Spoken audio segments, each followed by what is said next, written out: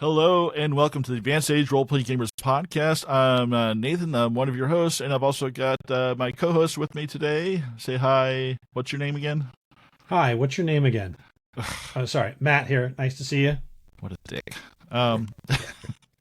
Anyway, we are graciously presented with the presence of Jack Kellum of Gods and Gamemasters.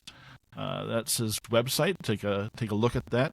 And Jack, if you could say the title of your website for me, because I like the way you say it dramatically. Of Gods and Gamemasters. There we go. Yeah, That's the one. that's the name of the website. That's the name of my YouTube, my TikTok, everything pretty much on social media. I changed all my handles to it because the only reason I'm on social media is for the, presence there. I'm not on social media for me as a person. I probably wouldn't deal with it at all. Cannot blame you. It is a pit of despair. But yeah, so I've got some Game Masters is your publishing title also, and you publish Yes. to Drive Through, and also are you on Itch? I am on Itch, but I've had almost no sales on Itch. Oh, okay. Which I thought was interesting. I used to publicize all the places you could get it, and the only place anybody would ever buy was from Drive-Thru. My biggest sales were on DM's Guild, but I have now removed everything I had on DM's Guild completely because I straw broke the camel's back. I can't support Wizards of the Coast even indirectly at this point. Yeah, let's talk about how many. Let's talk about like what kind of things you publish for players and GMs to use. What are the types of? I know you do. You're prolific. I've looked at your library, and there's a lot. But what are the kind of the short view? What kinds of things are you publishing for people to use in their games? All the stuff that was on DM's Guild that I pulled down was mostly a series I called my alternate ecology series. And the articles that were the basis of them are all still available on my website. I started with an alternate ecology of dragons, explaining a different approach to how dragons interact with the world that explains a lot of their behavior, which we don't really see good explanations for in the more standard lore. For instance, and this is a little bit of a spoiler, but people should go look at my alternate ecology and my alternate ecology of dragons revised anyway, because basically the only dragons that actually hoard treasure are the mature females, the queens.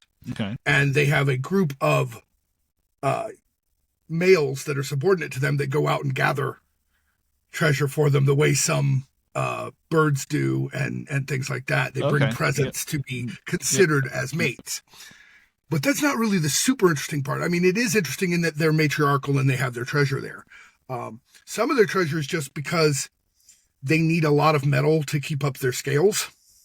And these other things, so they actually eat the hoard.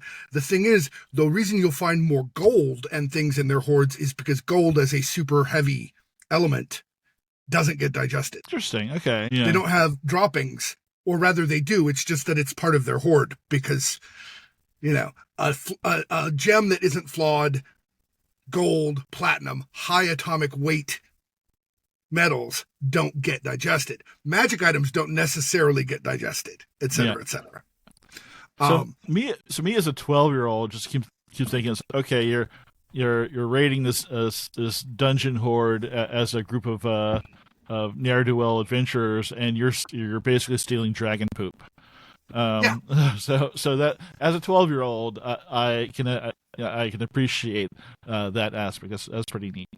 The other interesting part about it is I decided I would come up with what I thought was a logical explanation for the interaction between dragons, dragonborn, and kobolds. And here it is. A female dragon has a number of different mates and can choose which ones, like a badger, she can retain the sperm and choose which ones to use to fertilize her eggs. But when she produces a clutch, she'll produce a large number of eggs, but only a couple of them maybe are going to be fertilized, because she doesn't want to have, to put a whole bunch more dragons out there and have a lot of competition, right? And for every female dragon, there'll be like 4 males in a clutch. The rest of the eggs are unfertilized, and like the unfertilized eggs of an ant, they create drones. Those drones are kobolds. Huh.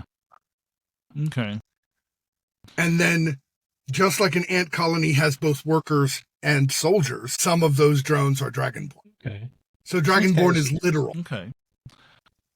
So you obviously put a lot of thought into like why these fantasy creatures that we kind of just take for granted sometimes, and how they and just making them make sense.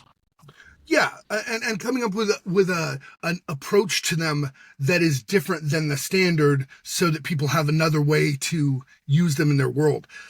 More than anything, I'm a world builder, even when I'm dealing with supplements for somebody else's world, right? So I have world building ideas in everything I do. I can't get around it. But like, the first one was dragons. I've done werewolves. I've done illithid. I had my illicit illithiad. I had aboleth, beholders. Those are all 3 tied together in their background. And I've got an alternate cosmology of the far realm wrapped into that as well. Now, unfortunately, all of those are no longer available. But that was what a lot of my stuff was this alternate ecology series. I also did a Domain of Dread for Ravenloft that was druidic. I did a couple of big bad evil guys, a new version of Strahd that takes into account his the very first thing you hear about him. I was the warrior, good and just. Where on his stat block do you see warrior skills? Yeah, okay. So, also, he's kind of weak by the stat block. So, my version of him has 6 levels of Oathbreaker Paladin. Okay. Because that, to me, is what he was before he became a wizard. So I also did a version of CR30 version of Lolth, which got pretty popular. So where do you find most of your I guess the folks that find the most value in your world building tools, like how do they find you? How do they come across your material mostly? That's a hard part, of course, because getting promotional material out there is a bear, and I have to try to get people's attention through social media of various kinds. I do a world building prompt of the day every day and it's on almost every day. It's on Twitter, Blue Sky, Mastodon, Threads, and then I have a world building prompt of the day video that goes on to TikTok, Insta, and YouTube. Yeah, the shorts. And hopefully that gets people knowing, hey, this guy has some idea what he's doing with world building. And then you can go look at my website and see that stuff. You can see my longer form world building videos of Gods and Gamemasters YouTube. And, hopefully that gets people to see what I have. Like, I don't get, in terms of my actual written content, I don't get a lot of sales. So maybe, once I can get my brand a little bigger, that'll work out differently. So, I'm transitioning more of my work to drive through. Right now, I only have some stuff for the successor states of Rhaega, which is a 5e setting I built myself. And the interesting there is the tie-in is in my world building videos, that's the setting that I was literally building as an example in the world building video, which was kind of intended as an easy mode. Like the first episode is called Gods, Filing Off the Serial Number. The basic idea is you just find a bunch of gods that you think are really cool from whatever pantheons, throw them all together, change the names to a single naming convention, and then mix and match and modify them and see what you come up with. Yeah. So what's so in that, are there like step-by-step guides and examples, and what kind of tools are in there for besides what you just kind of mentioned, for people to build their own pantheons? Do you have is it like a detailed guide? The gods filing off the serial numbers is like I said, kind of the easy mode version. And it explains how to take the concepts of various gods and scratch off the names so you're not offending anybody particular who might have that as part of their belief system, but get the core of that god and how to use, pick gods to cover all of the, say, if it's for D&D, the various domains that you need covered and the various alignments that you need covered. And it is kind of that first video is kind of a step-by-step. And then my next video is about creating the creation myth.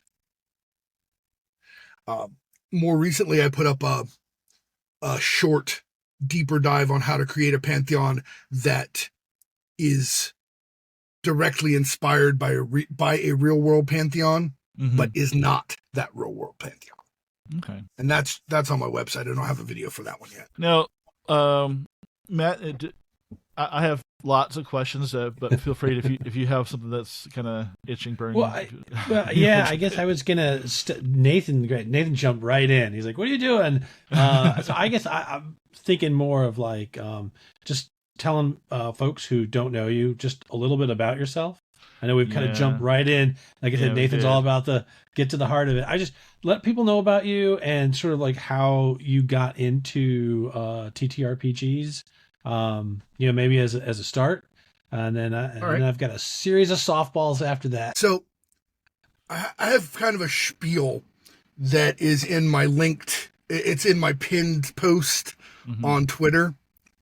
I'm Jack Kellum. My company is of Gods and Gamemasters. I'm Jack the Giant Killer, Jack Gogsbane, all these other fancy titles, right? Master of Myths, Xian Chai of Stories. I build worlds, pantheons, gods, monsters. I drink coffee, and I know things. Basically, almost everything that I work with is somewhere in, not everything, but a lot of what I work with is the conjunction of mythology and folklore with tabletop role-playing. A lot of the things I make are inspired by mythology. Like one of the things I have on drive-thru right now is a book called The Fomor Folio, which is 49 fiendish fae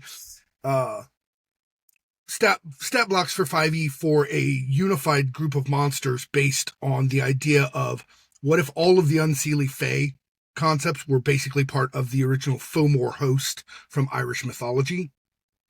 And then I also put in a stat block for the original Green Knight from the Gawain and the Green Knight stories as a sort of beneficial archfey. But it's that conjunction of ancient stories with the modern storytelling methods, right? It's the drawing on that deep, deep well of mythology and folklore and bringing that more directly into modern role-playing instead of this sort of half understanding that we got from the Gygaxian era. Don't get me wrong, started a great thing, very grateful for it, but their understanding of mythology was, shall we say, lacking. What I do primarily is I do make some content still, and I'm going to keep making that content. Right now I do a lot of professional game mastering because that actually pays me. Whereas, until I get bigger and get enough attention, it's hard to make any sort of real money selling materials. When it comes to how I got into gaming, well, let's go back to 1981 in a KB toy store in Louisiana, where I'm walking by a display, and I say to my dad, "Hey, Dad, look at that." And that is the Moldvay basic set for Dungeons and Dragons with the sorceress on the cover with the dragon coming out of the water. Yeah. Okay. And I said, "Hey, Dad, we could use that to play Tolkien as a family."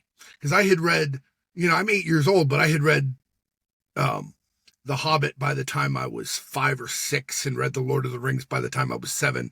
I had already gotten through the Silmarillion at 8. So picked up the game, and I couldn't actually convince my dad to be Dungeon Master, so I did it. And I've been a Dungeon Master and Game Master ever since. And it would be quicker to list the game systems I have not had any experience with than the ones I have. I've got a partial list on the front of my website. Yep. Yep, you can see it. Yeah, that was I was looking at that list. So that's a pretty extensive list. Something I've been, I've been obsessed with role playing ever since I encountered it, because it really is a modern expression of humanity's most ancient way of entertaining themselves, which is communal storytelling. So yeah, I've been doing that for 42-ish, 43. The years blur.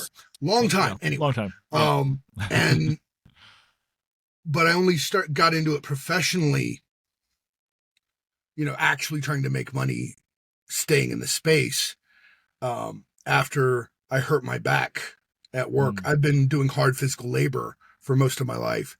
I was driving forklifts, and I became partially disabled because of a few compressed and extruded discs in my back.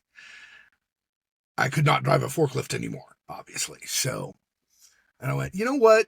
I'm actually going to give this a try. And this thing that I spend all this time and effort on, I'm going to see if I can make it a career. So it's tough. It's tough. It's a lot of, it's tough putting yourself out there. So, so congratulations on really taking it on. Yeah, it's not something for the meek. You really have to. Yeah, it's an interesting thing. The topic of like the paid GMs and stuff. And so I just want everyone to know. So I've not done it. I have a lot of angst when I run, like just for my friends. Oh yeah. Like people just coming over to my house and I'm going to run a session. I get like an extreme, like almost panic attack because it's on a good intention. I want my friends they're spending their time, they're driving, all the way. I hope they have a good time. It's like that pre-stage anxiety.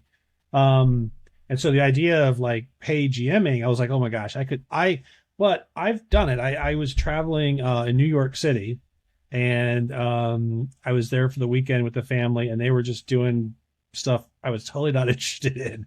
And I just looked up this place, found this place. They had a thing, and I went, and I had a great time.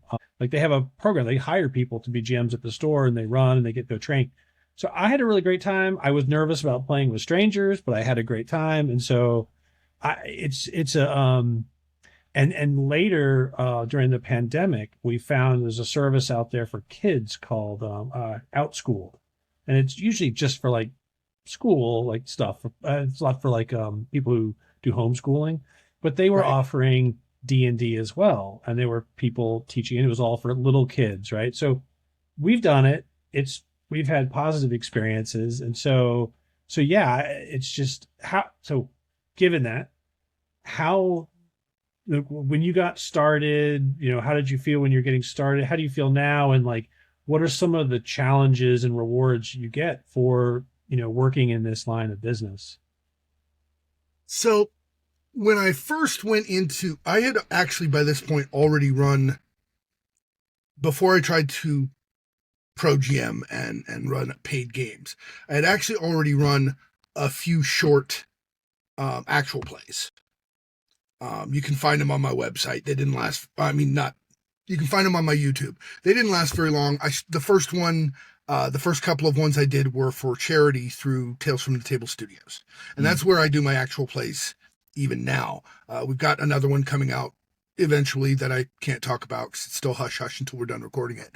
But, I did one in my successor States of Rega for the charity, and that got extended a little longer, and we did a couple of seasons, but it didn't, it kind of fizzled out because of people's commitments, right? Yeah. I have a short GURPS actual play that I did for that same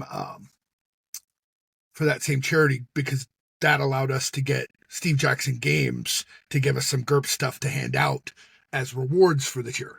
Okay, great. Plus, GURPS is one of my favorite games just because of its flexibility. But that was a Western horror game. So I was used to already used to a certain extent, one, running public facing, right? Two, running for people at a table that I did not necessarily know them all very well.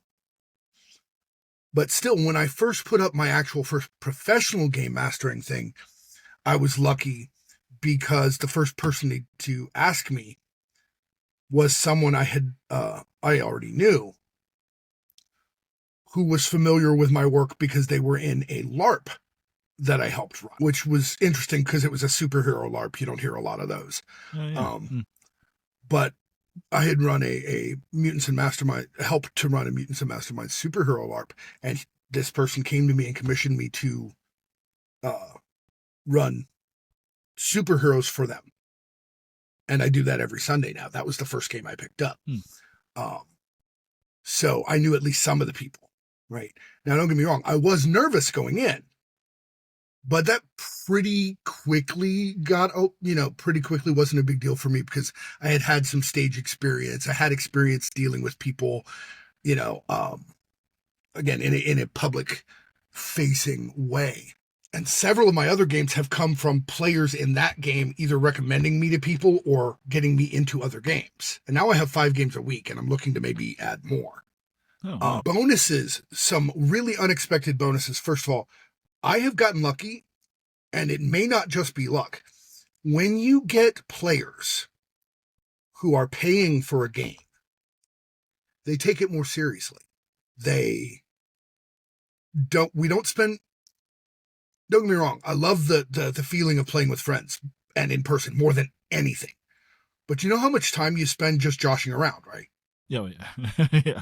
And the poking and sometimes you'll have whole sessions where you don't get anything done because everybody's just having fun. And that's guaranteed fine. Guaranteed 10% content. For, right? But if you really want a game that is focused on the game experience, the paid game does it because the people who are paying you to be there are focused on the experience, or so it seems to me thus far.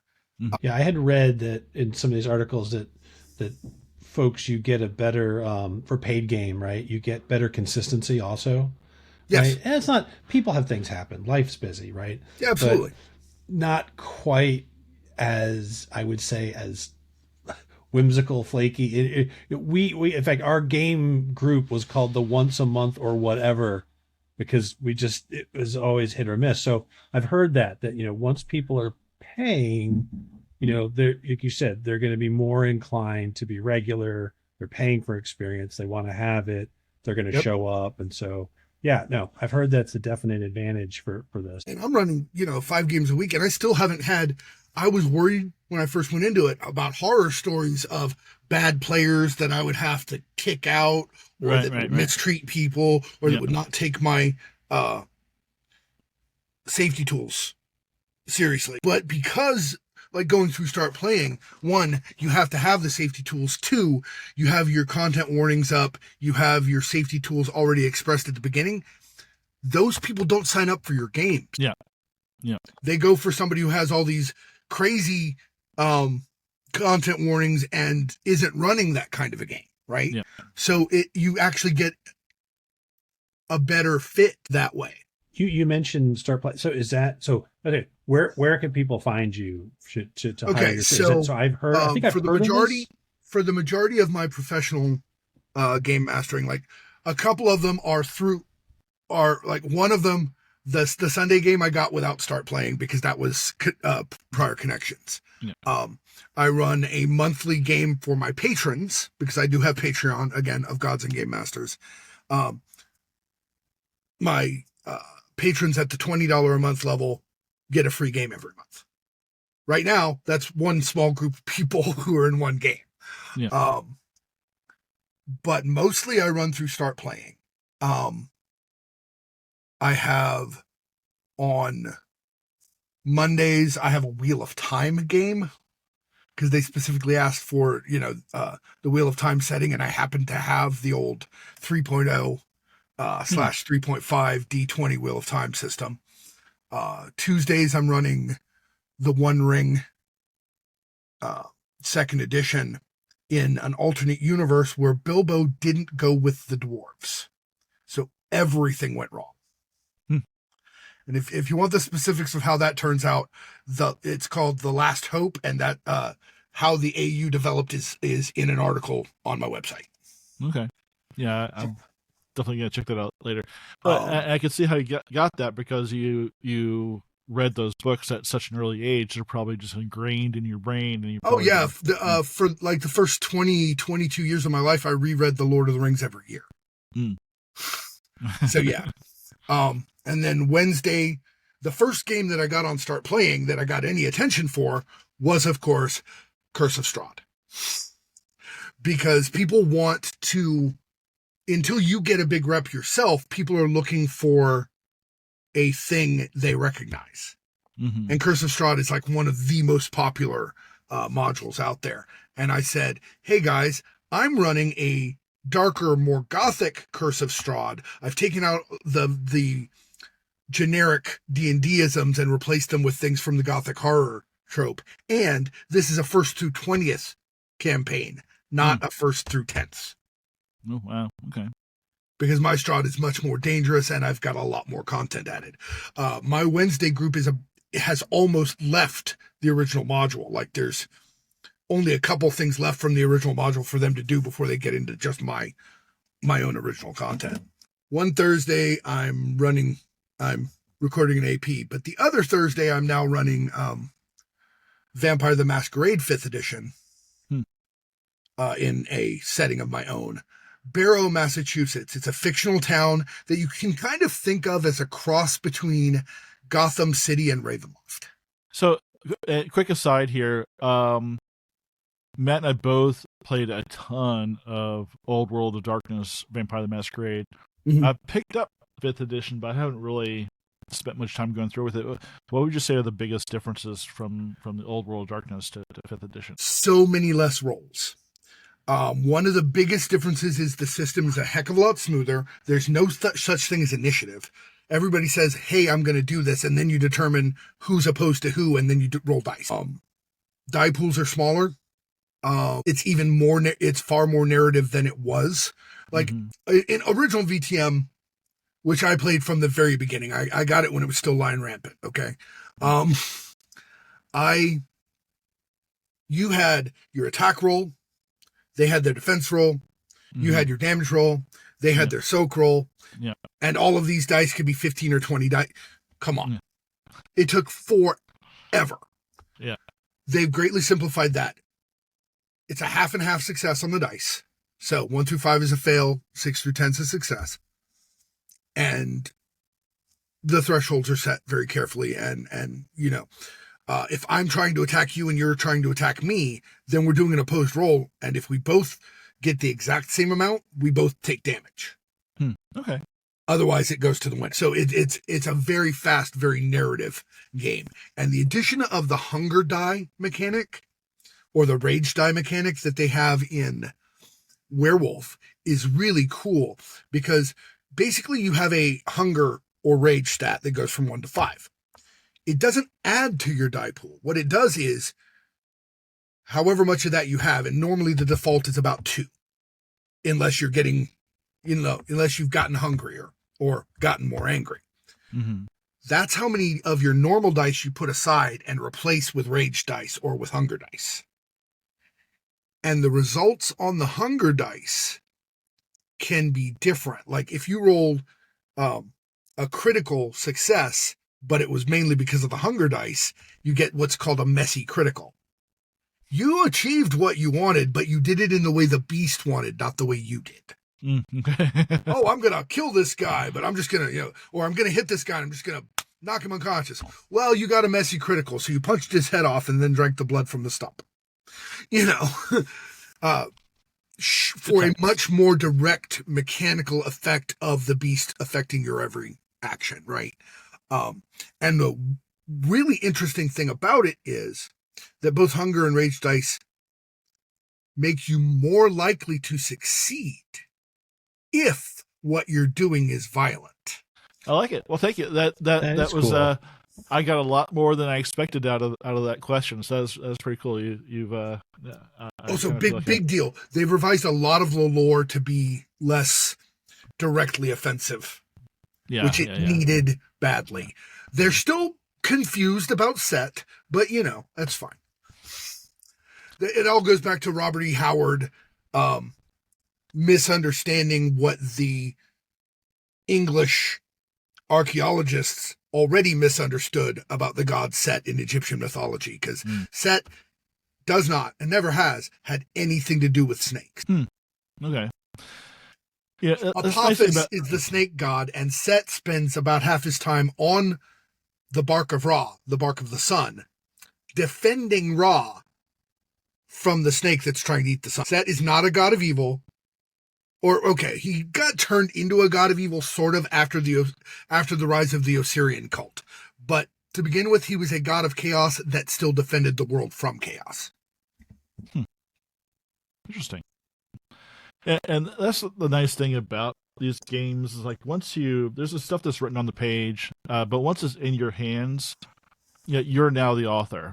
That's kind of how I look at it. Is like, you could take the worst game in the world, and once you have it, you could just rework it the way you want, and because things change over time, and understandings change, and 50 years from now, people are going to look back at the stuff that we're doing, and, I can't believe they did that. That's horrible, and they'd probably be right.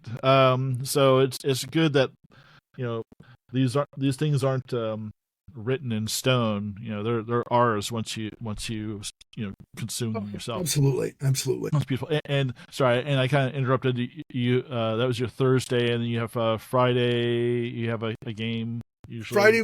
Friday normally is my second Curse of Strahd game. So I've got two different groups going through the same module, and they've taken very different routes as to each thing they're going to do, right? Because Curse of Strahd, up to a point, is actually a sandbox. And they've gone in very different directions and handled certain situations very differently. Although I do find it interesting, they both handled their first nest of vampire spawn the same way. By showing up during the day and burning the building down. As you do, yeah. I mean, it was the smart thing to do. You go into a house full of vampire spawn when you're second level, you're probably not coming out. Yeah, it's the D&D equivalent of nuke it from orbit. It's, just to be sure, right? Fireball it from the street. Absolutely. Yeah, I want to play Alien at some point. It sounds like a lot of fun. It's awesome. I've heard interesting things about the stress or horror mechanics. So it's interesting. You were talking about the dice mechanic of the hunger and the sort of the rage, and I was thinking in the back of my head, this is similar, not the same, but very similar to the stress mechanic that is used in Alien. They get added to your dice pool, right? But it is that similar. You have the greater chance for success, but you have the greater chance for failure, right? It creates inducing panic. So right. And so that mechanic, what we've told people, and we'll just repeat it, is like one of the cool things is like most adventure games you get better and better and better. In Alien, the best your character is the moment you start. It's all downhill from there, right? And it's kind of a cool sort of descent into. It would be an interesting mechanic to use in like a Cthulhu system, which I've never played, so maybe they already have those. But it is kind of a cool addition to the gameplay. I think I played Call of Cthulhu once or twice, but I also played Chill way back when. I'm looking at it on my shelf over there. I haven't played it in like 25 years, but a lot of people don't realize that Chill creature feature, for instance, came out before White Wolf's anything White Wolf did and allowed you to play monsters. You play werewolves, vampires, mummies. Yeah, I don't think I have that. I have a few books, but I don't think I have that one. Yeah, Chill Creature feature was a lot of fun. And there's another book that actually came out just the year before Vampire called Nightlife, which allowed you to play a variety of supernatural creatures, and they referred to themselves as the kin. And Vampire got Carpenter. Big, but they were not the first. Yeah. Well, yeah, I don't even remember Nathan did so Beyond the Supernatural and Night Spawn / Nightbane. Sorry, from Todd Palladium. McFarlane. Yeah, I don't know if those came out before Vampire or not. We had done that was sort of our early entry into horror. Was both Palladium's. Beyond the Supernatural, there were horror games obviously before Vampire. Beyond the Supernatural, you're not, at least mostly not playing the monsters. Not playing one, but I think in the originally Nightspawn. I have the old Nightspawn cover. Then they got sued, and then it became Nightbane allowed you to play sort of fantastic. That was the CJ Corella. I also have CJ Corella's Witchcraft, which is his own system that he built for similar games. So that's really interesting because it's a single die 10. It's super simple, but I don't like the. Yeah. So I was going to ask you, when you're designing, so do you design campaigns to go with your worlds or set in other worlds? Is that something that you get involved with, or adventures? I absolutely do. I was in the process of building an ongoing campaign setting and campaign for the Dungeon Masters Guild. Right. Yeah. I had a 6th level adventure called Sunken Temple of the Swamp God that was available on DMG. I'm going to have to revise it to remove every reference to Wizards of the Coast product identity. Yeah. But I'm going to put it back out because I'm eventually going to get back to the setting supplement for it, which is called Marsh Cliff, which is a town on a cliff overlooking a swamp and all the things that are going on in this black swamp. And that's intended to be 1st through 20th, but each one is going to be set up as a one-shot, so you can play it as a campaign or toss them in as one-shots into any game you want. So that kind of leads to my next question. So when you're running or creating adventures, do you prefer the sandboxy type, or do you prefer a more kind of linear tree type decision path? That depends on the players. If I am creating something for publication, then it's going to be like there's going to be a through line, but how you get there, I try to put a number of different options in as to how to get there, right? Mm-hmm. But it's almost impossible to run a module with a story without having a through line, without having, at least some rails. Yeah. If you're building a sandbox, then that is more of you're building a hex crawl or whatever campaign, not a module, right? You don't really get a singular adventure out of that. You get, okay, well, here's the world and all the stuff in it, and you go find out what you got. And for me, that's really just an extension of world building. And if you want sandbox, then you're not looking for, if you want sandbox, your story comes from how they engage with the world rather than here's the story. There may be a BBEG, but it's much harder to structure that ahead of time. So what you do is you just build the world as fully as you can, so that you're prepared for the proper levels of improv. That's one of the things I always want to tell people. When you're starting out, I definitely agree, start out simple, right? Start with one town, start with one threat, whatever. But no world building is ever wasted. The more deep and wide you build the world, the better you understand your world, the easier you can go, oh, well, they went this way. I already know what's over there. This happened. I already know who saw that and how they'll react. The deeper even if there's stuff you build that your player characters may never interact with, that feeling of gravity, that feeling of reality behind it, because you have more of the details worked out, will be felt at the table because you have an answer to their questions whenever they ask them. It will start to feel like a lived-in place, and that really helps with immersion. Now, again, you don't have to do that by any means. And certainly when you're starting out, I've told people, like, my GM tips on my website for session 1 is, first of all, don't stress out. Second of all, keep it simple. You need a town for a social hub. It almost certainly has a tavern. Every town does. That's your social hub. Things start in a tavern for a reason. It really was the center of the medieval community. And even if you're in science fiction, how many stories do we know of started in a cantina or revolved around quarks on Deep Space Nine? Because that social hub can be a space station like Babylon 5 or Deep Space Nine. it's still the same mechanic. What you need is that small social hub, whether it be a space station or a village or whatever, that is to a certain extent remote from the rest of the things, so you don't have to worry about them yet, and nearby adventure. Preferably a nearby adventure that will affect the social hub if you don't interact with it. Yeah. So it gives you some more motivation than just, I want some gold. Don't get me wrong. There's nothing wrong with that motivation. That's a pretty good motivation. It is, but it pales after a certain point. And it can pale pretty quickly for some players. Like some players just want to play the hero. Mm-hmm. And I want some gold is hard to make sense of if there's not a whole lot of things out there that they need the gold for, which can be a problem in D&D 5e, especially. Yeah, they got to be hungry a little bit. That's and I make and Matt probably knows where this is going. I make a point to occasionally make sure that the players are hungry. Take all our stuff. Yeah, I take all their stuff, and sometimes they end up naked. Not for anybody. It's not like a kink or. Don't miss a session. Yeah, no, it can be really important. What motivation they have for adventuring, whatever that is critical. When you sit down in your session 0, you talk about what kind of game you want to run, whether it's, well, we're big name heroes, or we're kids from the small town and we just want to make a name for ourselves. Whatever it is, your motivation for adventure shapes everything else.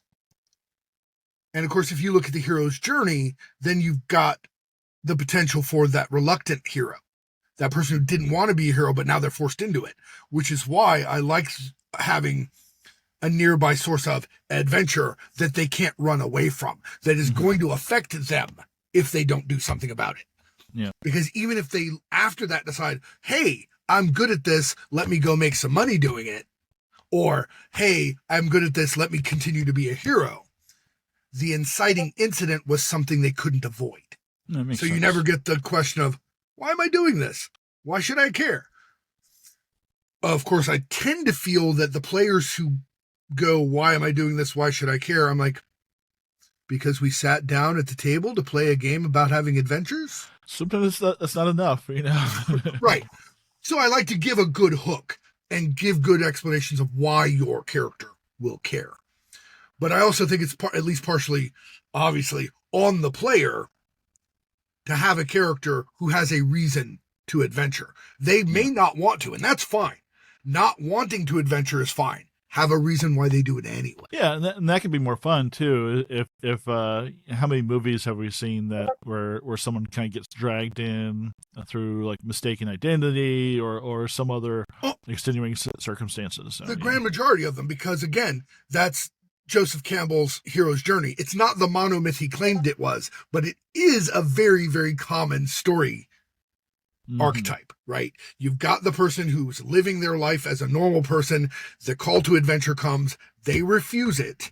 Then it comes again and they can't refuse it. So let's take a little bit of time and talk about the types of content that you're planning on making going forward. Now that you've kind of pulled some stuff from the DM's Guild, what are you thinking about now? Is kind of this, so since this is how you're want to make your income, there's what's your plan for making content generation your something that actually puts money in your pocket? All right. So for the moment, I'm focusing a lot on my paid GMing because that is a steady income and that allows me to do these other things. I take commissions for world building I build, again, I build gods, villains, monsters. Anybody who needs those can come to me for them if they don't want to build them themselves or if they want something really interesting and vital, right? I'm also currently involved in writing commissioned work for a company on Thread. I think you've probably seen them on Threads for the world of Drenterra. Hang on one quick second. So, you can edit this out. So. Yeah, it's not. It's something that we're working on. Shoestone Publishing. They are on Threads. and I'm writing content for them. They contacted me originally to do an article on why necromancy is seen as evil in their world specifically, because they saw my Why is Necromancy Evil blog post. Okay. In which I explained why people see necromancy as so much more evil than the other magic types, right? Because there's more to it than just dead bodies with nothing else associated with them shuffling around. Necromancy is far more complicated than that, and sociopolitically and religiously why it's so much more complicated and why people see it as such an evil act. Yeah. I saw them referred to as late healers. Sure. And if you and if you take it from just purely a game standpoint, right? Why is raising a dead body particularly bad, right? And it isn't necessarily. If you're using, say, in D&D 5e, if you're using animate objects, then you're just manipulating a corpse. But animate dead in 5e especially specifically says if those creatures are left uncontrolled, they kill everything near them. Which implies that they have an inherent evil or hunger to them. Yeah. Necrotic energy, etc., etc. It's a long article if you can go look at it. But I got hired to do that. I'm writing some gods and things for them. So I'm making some money on commissioned writing. But for my own content in future, I want to continue to flesh out my successor states of Rega, World of Telus, which you can find out about a lot. Just go to my website. We've got the successor states of Rega. You can watch how I developed it on my YouTube. And in the articles in my world building section, because I have the article transcripts for the videos on the website. If people don't like to watch videos, you can just read the transcripts, and it tells you how I developed a lot of it. But I also have, as supplements on drive-through, I have the Gods of Rega, which is 21, a full pantheon of 21 gods. I have a custom format I built for gods because everybody else's books didn't have all the things I thought should be included, like the commandments that God gives, the rituals they perform, all the holy days, all those sorts of things. Ways to really have them feel like something that exists in your world rather than just, oh, I have this power. And then I have my Beastkin Vampire supplement, which also is available not just for 5e, but for Cypher system. Which is, what if some animals that were misused by humans and killed came back for revenge? And then I have my Spells of Eloquence, which is a few bardic spells and a bardic subclass called the College of Rhetoric. They're an intelligence-based, logic-based bard class.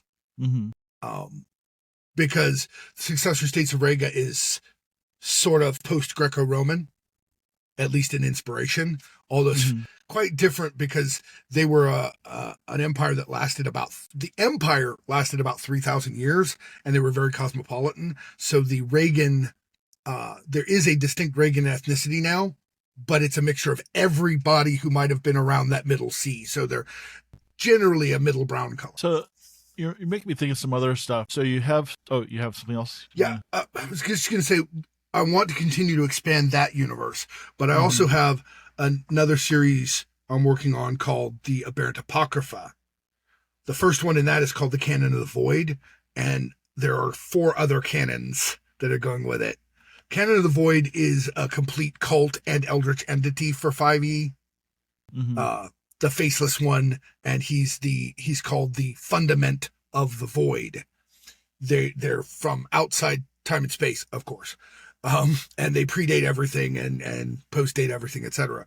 The other 4 are going to be wind, dust, water, and flame, and together they form the Pentagrammaton. So that's a series I'm going to be putting out.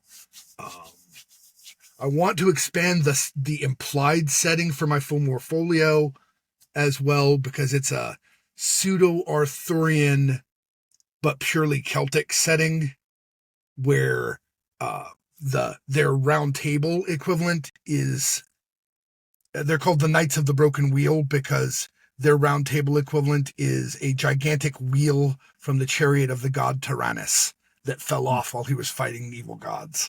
So these all like sound like very, very detailed and well thought out, but I guess like when we're creating like our stuff, the actual play and stuff like that, like the hardest part I think is finding or allowing our audience to find us, because there's people that will like what we do, and there's people that we that won't like what we do, and like nobody really owes us an audience, but there are people out there that have found us. Go, you guys are great, yada yada yada.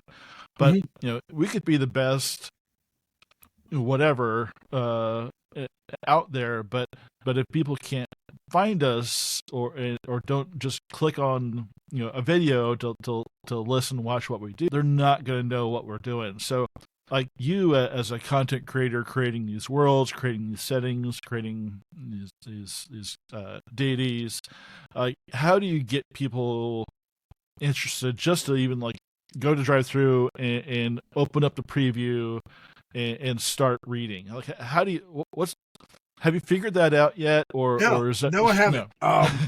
I post, like, if I had ad money, right? Yeah.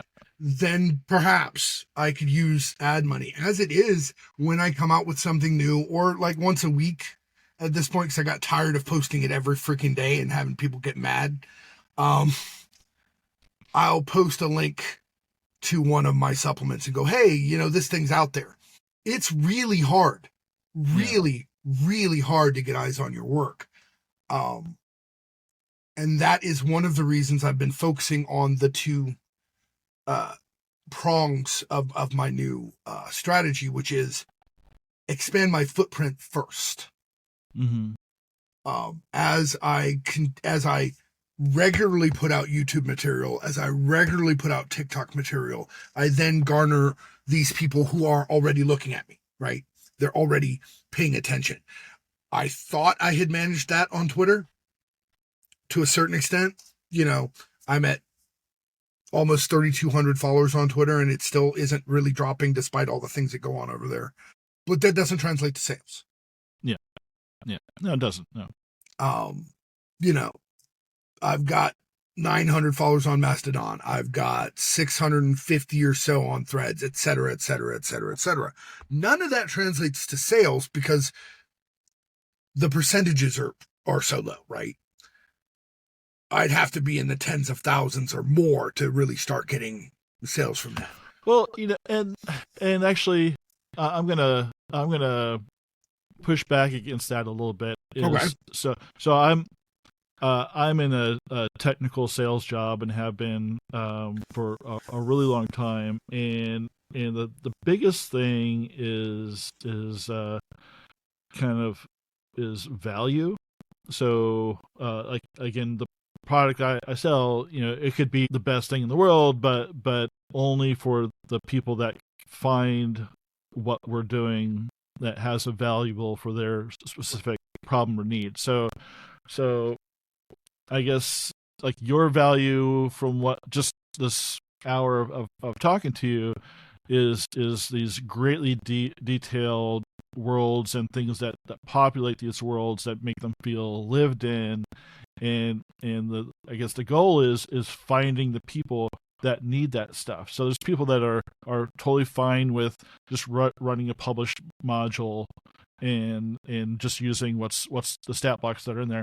Like those aren't your customers. You're looking for people that want something more detailed in campaigns that like this is not short campaign stuff. The kind of stuff you're doing, you're to me, to my ears, you're making stuff that would be in campaigns that would take years to complete. Like so. Both the Canon of the Void and the Fomorfolio, for instance, sure, they are collections of stat blocks that you could use to throw in your game wherever. Right. But they're also specifically set up, I like to call it beginner to BBEG. Like the lowest CR is 1/2 and the highest in both of them is 30. Right. So you could run an entire game with only those monsters. Mm-hmm. So there's other strategies that I think of too. So there's a lot of, and it really involves collaboration. Like you're doing a lot of stuff on your own, and you've done some collaborations. I saw you did that stuff with like Talking XP, and you've got this collaboration writing for this other.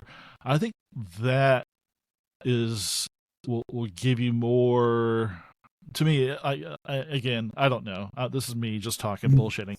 But to me, I think that's kind of where the food is writing stuff for other people that need stuff. Right. So finding, like, you found that one guy you're writing for right now, one person writing for now. I think that, and people doing Kickstarters, people who need like stretch goals for Kickstarters, right. that kind of stuff, I think could pay off like bigger dividends and long-term collaboration, and say, hey, Jack's a great guy to work with. He did all this cool stuff for me that I would take me a year to do on my own. I think that kind of stuff is really, to me, that's what sounds like your strong suit is all that. The stuff you're doing is super labor intensive. Yeah. So that's my take. What do you think about that kind of stuff? I think you're probably right, but that still comes down to getting my face out there and having people know that I'm available, right? Yeah.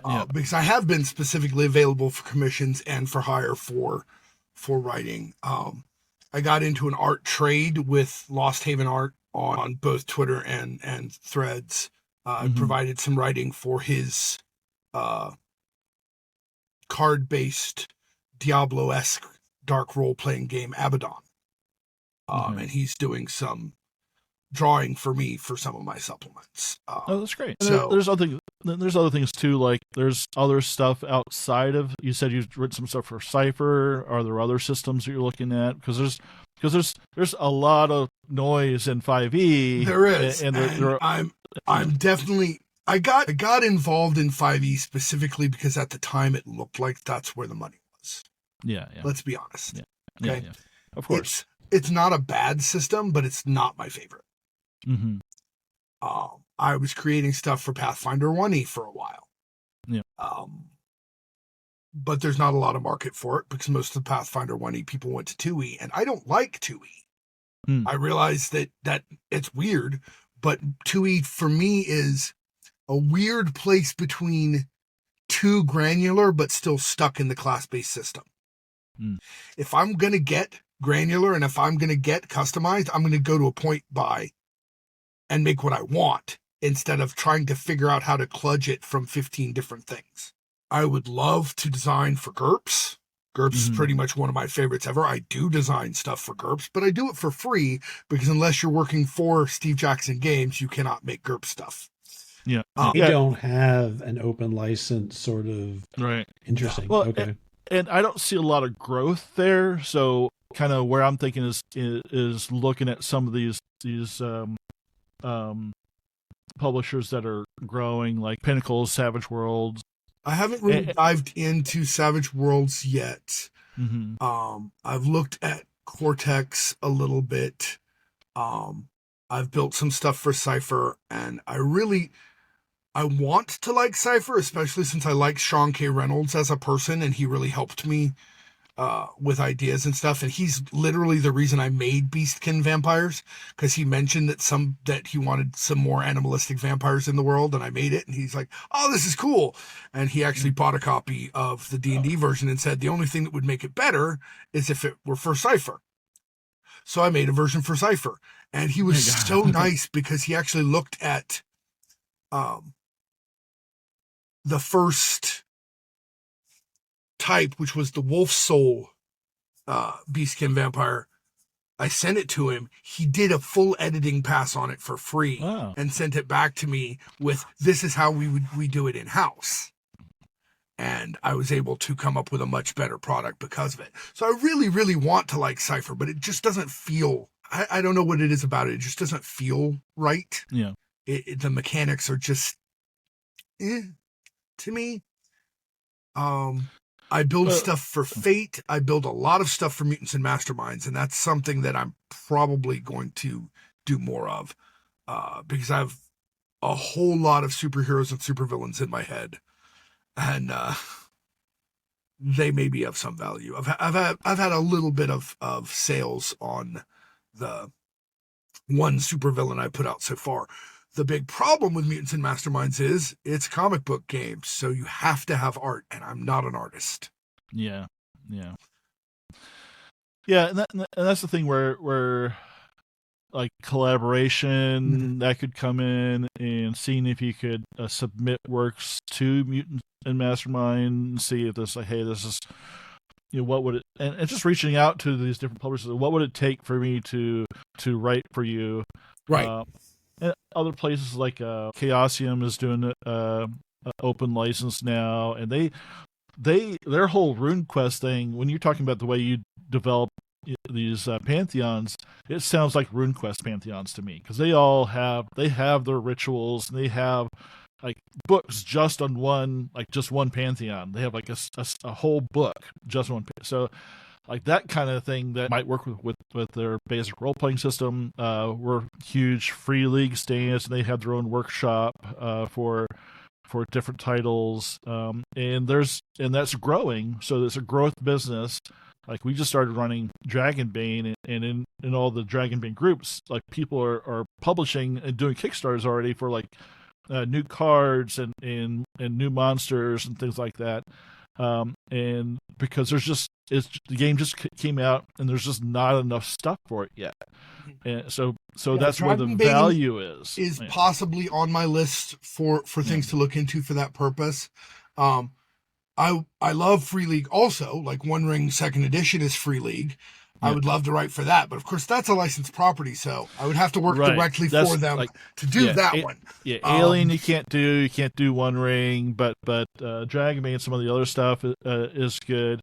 And the nice thing is the communities are super welcoming, especially as like they want to grow into the English market. So when we post stuff, we get a lot of good feedback, and they're very, very welcoming. The Dragonbane Discord does a monthly contest on content creation, and they'll have like a theme, and you just like make stuff for the theme, and they do a contest for everyone. So there's that kind of stuff. I think is great, because there's a hunger for it, whereas with 5e, everybody and their mother is making stuff for it. So yeah, it became a glutted market very easily. And that's definitely true. I'm also looking. I've got Fantasy Age. Oh, okay. From Great and Ronin, Fantasy Age 2nd edition, and I'm liking some of that because for me it takes one of the big problems of D&D and gets rid of it, which is the D20. People love the D20. Mathematically, it's horrible. It's a linear progression, which means it's completely swingy, right? No matter how good I am, I have a 5% chance of drastically failing. No matter how good I am. No matter how bad I am, I have a 5% chance of auto succeeding, at least on attacks, right? I don't know how many times I have heard, man, on paper my character's a badass, but I can't accomplish anything. That's all down to the D20. That's all down to the D20 system. A system with a bell curve of some kind in its dice, a 3-die-6 or a 2-die-10 or whatever, comes up with a much more reasonable mathematical distribution and a much more likelihood of succeeding most of the time, right? Of at least at the good thing you're supposed to be good at, right? For instance, I'm a first level fighter, which means I'm in D&D. I'm at least trained, right? I'm using the standard array, which means my highest stat is a 15. I've got a total of a +3 to hit. So a peasant standing in front of me, unarmed, unarmored, not good at dodging. I need a 7 or better to hit him. What? Yeah, some of the dice pool systems that we've used have some pretty cool, they'll give you like a chart that basically says, so Savage is like that, kind of the Savage system too. As you roll different combinations of dice, there's a very they'll show you these really good percentages, right? So, right. So if you're untrained and you're rolling the D6, you've got, I don't know, 15, you've never done it before, but it shows, it rewards expertise and investment in skills and stuff like that. And it's not I think linear.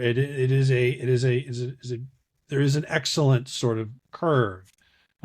See, that to me is the big problem with the D20 is it doesn't do that. The math in D&D 5e doesn't get forgiving in that way until the higher levels. And for some damn reason, people are convinced the higher levels are broken. And from my perspective, the math works out the best from 16th to 20th level. But like GURPS has always had a table in there that shows you what the percentage chance of succeeding is at each effective skill level. So you have a really good idea what the math looks like and why it works that way. And okay, so I've got a 12 in a skill. That means I'm actually competent. I'm likely to succeed at this. Unless I'm opposed, right? Yeah. Just the idea that the person who's good at something is going to fail as often as you fail and look so stupid doing it. Sure, I guess if you're playing a silly game, that's great. The swingy rolls I've found the D20 works for mutants and masterminds because it's a superhero game and you got super low lows and super high highs and any given Sunday, et cetera, right? And you're not making rolls for whether you can do this basic thing. You're making rolls to see if you can punch God. So it's fine for that to be swinging. Yeah. But yeah, I much prefer like a 3-die-6 bell curve. And Fantasy Age also uses a 3-die-6 bell curve. It's just 3-die-6 plus roll over rather than 3-die-6 roll under, which is what GURPS does. I'm close to wrapping up. Matt, do you have any other burning questions? Because I've got just a kind of a wrap up. No, I think that's about. I think I've covered. I'm looking at my little list of questions here. No, I'm good. Yeah, and also for me too. I got to get down and help with this tile. We'll call the very tile project that we've got going on. So to assist with putting in a backsplash, all very mundane. So not exciting. Super fun. All right, yeah. So okay, great.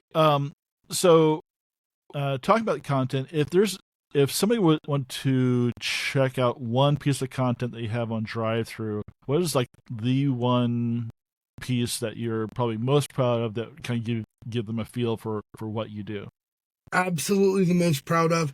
So the first one I put out was Gods of Rhaegar, and I am proud of it. Don't get me wrong, but I need art. And I need to go through and do a revision on the layout and all these things I've learned since I started, right? Right. In terms of sheer visual appeal and how well put together it is, if you like 5e at all, give my Fomorfolio a shot. Okay. All right. So I will put all the links to your Start Playing Games, your Patreon, your Drive-Thru, especially that last piece you mentioned, your website, whatever else you want me to do. I'll throw it in the description. Do you have any final parting words for our viewers and listeners? Yes. Running games should be fun. If it's not fun, don't do it, even if you're doing it for a living. 2, don't stress out. Either you're running for your friends, in which case they ought to be tolerant, or you're running professionally, in which case stressing out is going to destroy you, so don't. Finally, you can keep it as simple as you want or as complicated as you want, but world building is never wasted. Everything you make for the world, it exists. It's out there. And here's the other thing about that. Every piece of content you make for your world is world building, even if it's just a dungeon. Because you have to think about how it goes with everything else in your world, why it's there, et cetera, et cetera. Well, you don't have to. Sure, plenty of people don't. I recommend you think about how it interacts. Yeah. Beautiful. Thanks so much, Jack. It's good to finally have you on. I know we've been trying to do this for a while, and life does its thing to all of us, whether we want it to or not. But thanks for joining us, and thanks everybody for watching. I hope you got something out of this. It's been another episode of Between Two GMs, and Jack's right there in the middle. Jack Sandwich. Thanks, Jack. Thanks, Matt. Thank you very much for having me on. It's been fun talking to you guys. Thank you. Yeah. Nathan, thanks for making it weird right at the end, right? You just got to, can't get through one show without making it weird. That's my whole job. Yes. That's my whole personality, is making it weird. Anyway. Well, thanks a lot. Thanks, Appreciate everyone. it. All right.